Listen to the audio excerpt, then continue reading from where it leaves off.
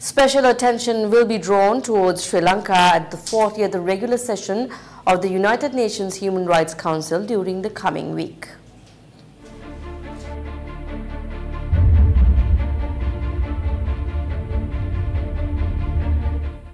The delegation representing Sri Lanka at the 40th regular session of the UNHRC will leave the country during the next few days.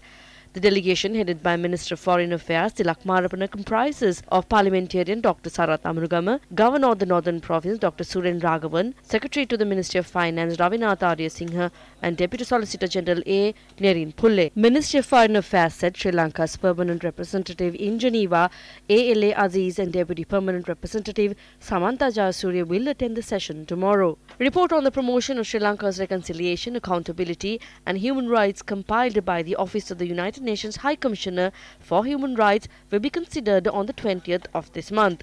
The Ministry of Foreign Affairs further stated that the relevant suggestions sponsored by Sri Lanka will be considered on the following day.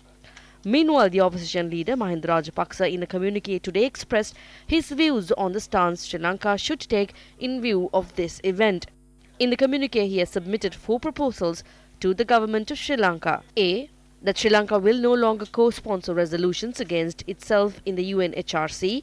B. That Sri Lanka does not accept the allegations made in OHCHR report number 30/61 of 28th of September 2015. C. That hybrid war crimes courts with foreign judges and prosecutors will never be set up in Sri Lanka. D. The Acts number 14 of 2016, number 5 of 2018 and number 24 of 2018, which are highly detrimental to Sri Lanka's sovereignty and the fundamental rights of its citizens, will be repealed and replaced with delegations which are more in keeping with our national interest. The opposition leader questions with such supervisions of our affairs from Geneva. Why do we need an elected government?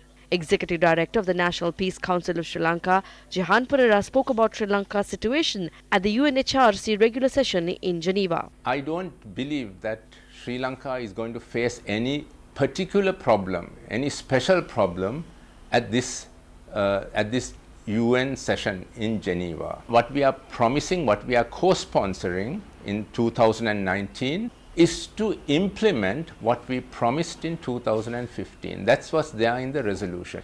And for that, we will be getting 2 years extra. We got the same 2 years in 2017, in March 2017 also. We got 2 years extra to implement what we promised in 2015. What is there in the 2019 resolution is simply this. There are certain compliments, appreciation of the good things that have happened in this country. There is criticism of the slow progress, and then there is the offer of 2 more years to implement what we promised in 2015. Compared to the UN High Commissioner report, last report in 2014, this is very much better.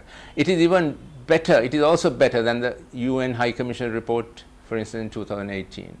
It points to the improvement in the human rights situation, in the conditions of freedom in the country, in the implementation of what has been promised.